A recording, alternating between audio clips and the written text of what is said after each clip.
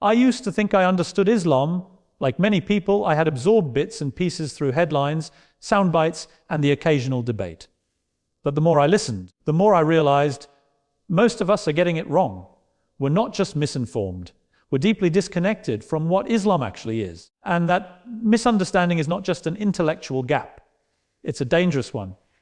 Every time there's a terror attack somewhere in the world, the word Islam is dragged into the headlines, and immediately 1 billion peaceful followers of the faith get lumped in with a handful of extremists. It's not fair. It's not accurate, but it's become a habit, a lazy, reflexive reaction that fuels fear instead of truth. I've seen it in interviews, on social media, in panel discussions. Islam is treated like a threat before it's even understood. But when you actually take the time to sit down with Muslims, to read the Quran, to ask honest questions, what you discover is something very different. Islam is a religion of deep spiritual discipline, personal accountability, and profound compassion. The word itself, Islam, means submission to God, and the greeting Muslims use every day, Salamu alaikum, literally means peace be upon you. How did a religion founded on peace get rebranded as a threat? Part of the problem is that we conflate religion with politics. We confuse the actions of authoritarian regimes with the beliefs of everyday people. We look at the headlines, often filled with violence and fear, and assume that's Islam, but it's not. That's geopolitics, that's war, that's power, corruption, and manipulation. It's no different than judging Christianity by the Crusades or Catholicism by the worst scandals in its history.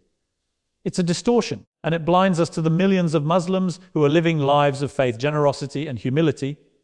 I've spoken to Muslims from all walks of life, doctors, teachers, artists, journalists, parents, and what struck me wasn't radicalism, it was how ordinary, grounded, and thoughtful their faith was. They pray 5 times a day, not out of fear, but out of devotion. They fast during Ramadan not to punish themselves, but to grow closer to God and to feel the suffering of others. They give to charity because it's built into their belief that wealth is a trust, not a right. And yet, despite all this, Islam is still treated with suspicion. Mosques are vandalized, hijabi women are harassed, Muslim voices are ignored, or worse, treated as guilty until proven innocent. That's not justice, that's prejudice. And if we're serious about living in a truly open society, one that values freedom, tolerance, and understanding, we have to start confronting our own double standards. It's also worth saying, Muslims are not a monolith. You'll find Muslims in nearly every country on earth speaking different languages, wearing different clothes, practicing their faith in different ways. There's cultural Islam, political Islam, spiritual Islam. There's Sunni and Shia. There's progressive and conservative. Just like in any faith, there's diversity. So why do we act like they're all the same? I remember hearing a young Muslim woman say, "People ask me to condemn terrorism before they even ask me my name." That hit me hard. Imagine being held accountable for crimes you didn't commit simply because of your religion. That's the kind of daily pressure many Muslims live under, especially in Western societies that claim to be open and fair. And here's the irony, many of the values we in the West pride ourselves on, like charity, family, education, justice, are also central to Islam. But we rarely make those connections. We'd rather focus on the fringes, on the exceptions, on the most extreme voices, instead of listening to the calm, reasonable, faithful majority. I'm not here to paint a perfect picture. Every religion has issues. Islam is no exception. There are legitimate conversations to be had about human rights, about interpretation, about the role of religion in politics. But those conversations need to be had with knowledge, not fear. With nuance, not assumptions. You can't criticize what you haven't taken the time to understand. And maybe that's the biggest takeaway. We're not in danger because of Islam. We're in danger because of ignorance.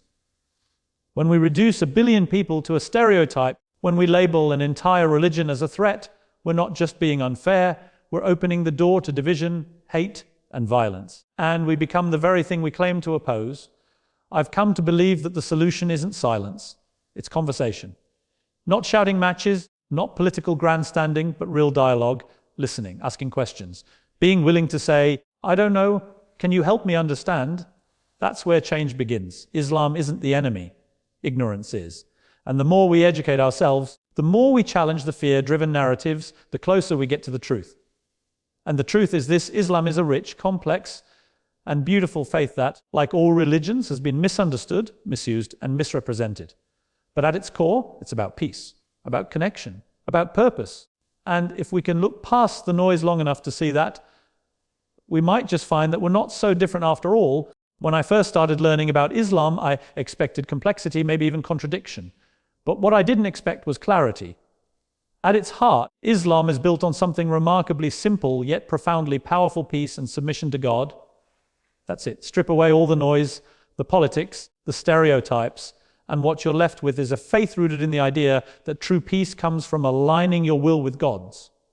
And honestly, there's something deeply human about that. The word Islam itself comes from the Arabic root asel emri, which means peace, but not the kind of peace that comes from avoiding problems or escaping reality. It's a peace that comes from surrender, surrendering ego, pride, greed, and fear to something greater than yourself. That's the part people don't talk about enough. Submission in this context isn't weakness, it's strength. It's letting go of the illusion of control and accepting that we are not the center of the universe. 5 times a day, Muslims around the world stop whatever they're doing to pray. Not because they're forced to, not because they're afraid, but because they believe that everything begins and ends with God. Those prayers aren't just rituals, they're moments of reconnection, of recentering. And in a world obsessed with speed, self, and screens, that kind of discipline is radical. Then there's the Shahada, the declaration of faith. There is no God but God, and Muhammad is his messenger. It's not just a statement, it's a filter for life. It means every action, every choice, every moment is done with the awareness that God is watching. And that changes how you live. Suddenly, honesty matters more. Generosity isn't optional. Your neighbor's struggle becomes your responsibility. That's another thing people miss. How communal Islam is. It's not just about personal salvation. It's about building a society rooted in justice, compassion, and care. The zakat, a form of mandatory charity, isn't charity in the Western sense. It's not giving what's extra. It's giving because what you have isn't fully yours to begin with. You're just a steward. And if your neighbor is hungry while you eat well, something is wrong. Ramadan takes this even further. Imagine fasting from sunrise to sunset every day for a month, not just from food and drink, but from anger, gossip, and distraction. It's not about suffering. It's about empathy. When you feel hunger, even briefly, you understand what the poor feel every day. That shifts your perspective. That builds humility. But perhaps the most misunderstood concept in Islam is jihad. It's often twisted into something violent, something dark. But the greatest jihad, according to the Prophet Muhammad, is the internal struggle, the fight within yourself to stay honest, patient, kind, and faithful in a world constantly trying to pull you off course. That's not extremism. That's deeply human. Submission to God doesn't mean blind obedience. It means trusting that the Creator knows you better than you know yourself. It means accepting that some wisdom unfolds over time. It means realizing that your worth doesn't come from followers or fame, but from your character and your conscience. And in a culture obsessed with self-promotion, that's a radical shift. What I've come to admire most is the balance Islam teaches between fear and hope. On one hand, there's awe, a deep reverence for God's power and justice. But on the other hand, there's mercy.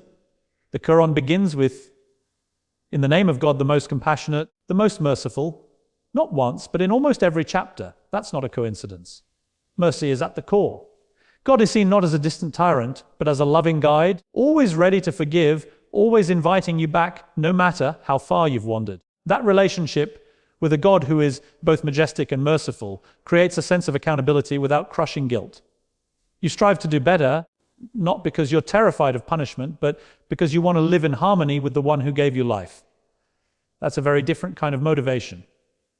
And yes, there are rules, there are boundaries, but they're not meant to restrict, they're meant to protect.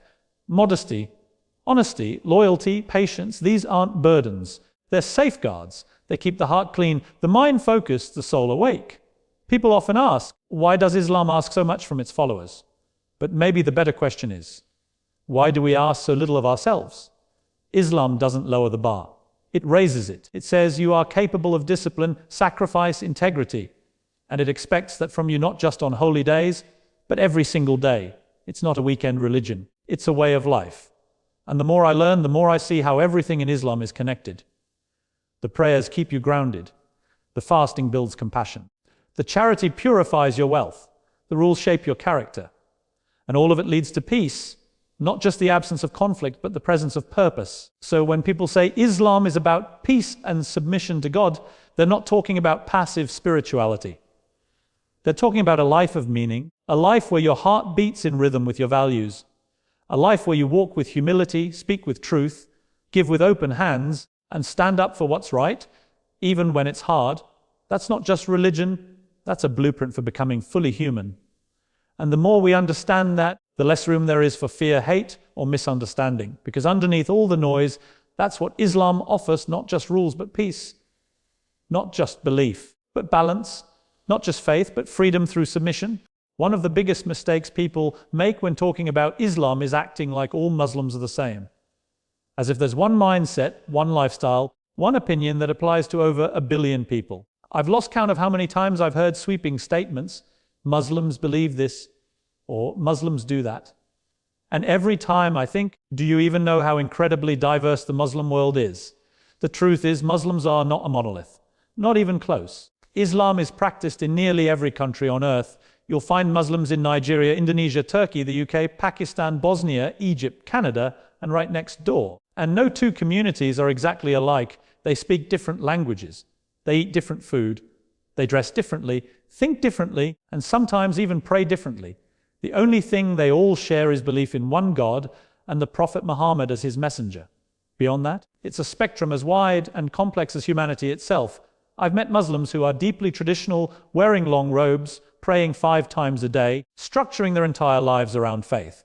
I've also met Muslims who are more relaxed, more secular, identifying culturally, but not practicing daily. Some grew up memorizing the Quran, while others are just beginning to explore what it all means.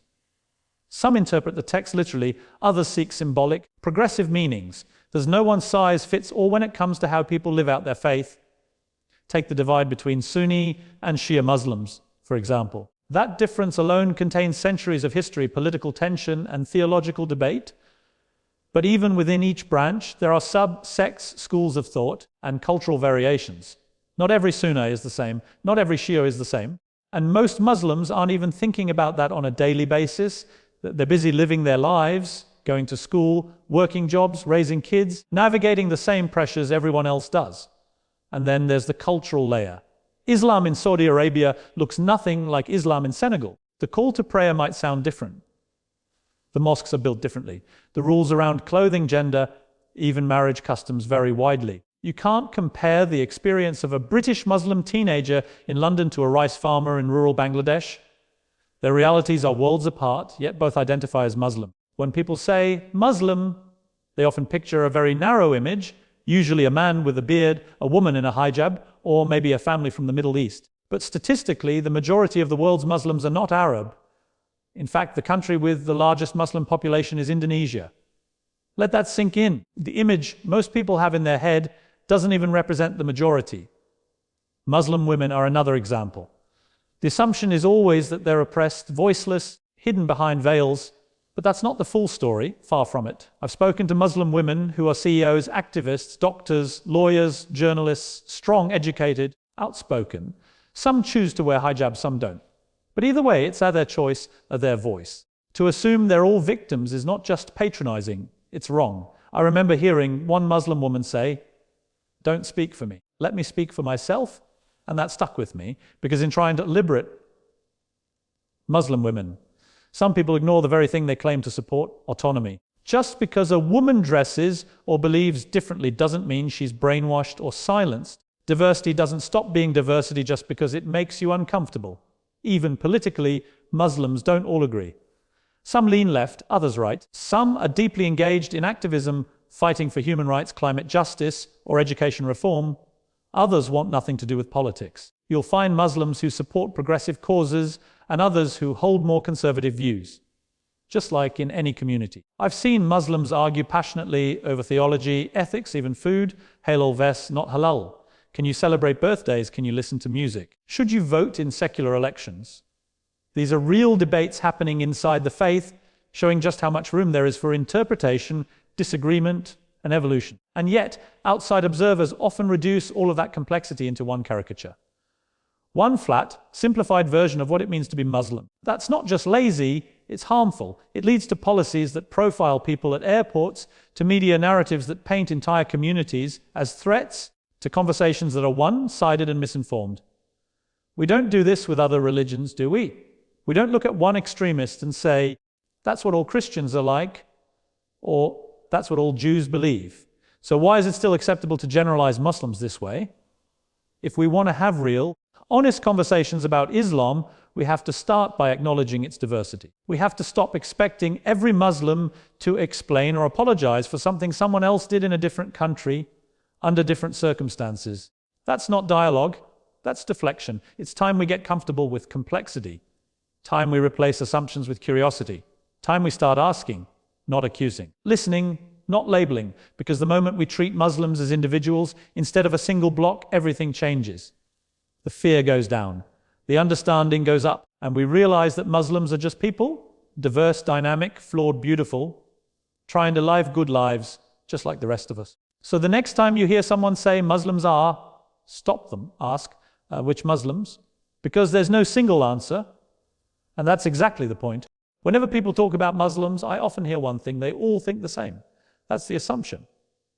That if someone is Muslim, they must believe, dress, and live exactly like every other Muslim on the planet. But let me tell you from experience, that couldn't be further from the truth. Muslims are not a monolith, not even close. And the more we act like they are, the more we erase the rich, complex reality over 1.9 billion human beings. I've met Muslims from every walk of life. Some grew up in tight-knit, deeply religious families. Others were raised in secular homes and reconnected with their faith later. Some pray 5 times a day, fast every Ramadan, and know entire chapters of the Quran by heart. Others are still figuring out what they believe, asking questions, navigating doubt, and trying to find their place. They all call themselves Muslim, and they all belong. You see, Islam is practiced on nearly every continent. It lives in the alleyways of Cairo, the high-rises of Kuala Lumpur, the suburbs of Paris, the streets of New York, the villages of Nigeria, and the tech hubs of Silicon Valley. You'll find Muslims speaking Arabic, Urdu, Turkish, Bahasa, French, English, Swahili. The list goes on. Their cultures influence how they express their faith. And that diversity isn't a weakness. It's a strength. In Indonesia, for example, Islam is blended with local customs and traditions that have nothing to do with the Arab world. In Turkey, Islam often intersects with nationalism and modernity. In the US, Muslims come from immigrant families, African American communities, or converts who chose Islam as adults, and they don't always agree. On theology, on politics, on lifestyle, there's constant discussion, sometimes even disagreement. But that's what faith looks like when it's lived, not just inherited. And here's where things get frustrating. When something terrible happens, an attack, a headline, a quote pulled out of context, suddenly all Muslims are expected to respond, explain, apologize. Imagine being held responsible for someone you've never met, in a country you've never been to, acting in a way that violates everything you believe. That's the burden many Muslims carry. And it's completely unfair. Would we expect all Christians to answer for the actions of extremists? Do we ask all Jews to defend every policy of the Israeli government? Do we expect every Buddhist to explain why violence sometimes happens in Buddhist majority countries? No, we don't. So why do we treat Muslims differently? The problem is people tend to see Islam as a single block, one belief, one culture, one behavior. But that's not how real people live. Some Muslim women choose to wear the hijab as a symbol of faith and identity. Others don't. Some believe in strict interpretations of scripture. Others focus on its broader spiritual message. There are Muslims who identify as liberal, progressive, feminist, even queer. And yes, they exist, and they're part of this story too. One of the most powerful things I've learned from Muslims is how they hold on to unity without demanding uniformity.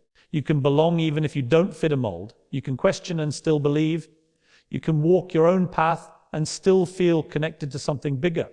That's not contradiction, that's real community. But generalization erases that. It turns a billion voices into a single stereotype. And the danger with stereotypes is that they dehumanize, they flatten. They turn rich, full lives into cartoon versions.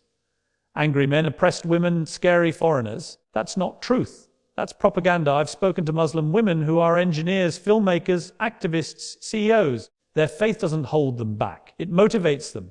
They don't need saving. They need listening. And yet, in many narratives, they're still painted as voiceless victims. That's not just inaccurate. It's insulting. And then there are Muslim youth, caught between expectations at home and judgment from the outside world, trying to be accepted without losing their identity, trying to live honestly in cultures that often don't understand where they're coming from. That pressure is real. And still, they show up. They speak out. They push boundaries, not out of rebellion, but out of the desire to live truthfully. Even within Islamic thought, diversity is built in. The earliest generations of scholars debated everything, from how to pray to how to interpret legal verses. And those debates weren't seen as weakness. They were seen as strength, because Islam was never meant to be robotic. It was meant to be lived, interpreted, wrestled with. So the next time someone says, Muslims believe, stop them. Ask, which Muslims? Because belief looks different in every heart. It's shaped by experience, culture, language, trauma, joy. You can't box that in, and you shouldn't try. The truth is, Muslims laugh, cry, struggle, succeed, fail, fall in love, lose faith, rediscover it, build families, chase dreams, just like anyone else. They're human. And the moment we forget that is the moment we stop seeing them at all. I've come to believe that if you really want to understand Islam, don't just read a textbook or watch a documentary. Talk to Muslims. Listen to their stories. Ask questions with humility. Not to debate, not to judge, but to understand. Because once you hear those voices, the stereotype fades, the fear fades, and what's left is something far more powerful: connection. Muslims are not a monolith. They are a mosaic. And once you start seeing the individual tiles, you'll realize how much beauty you've been missing.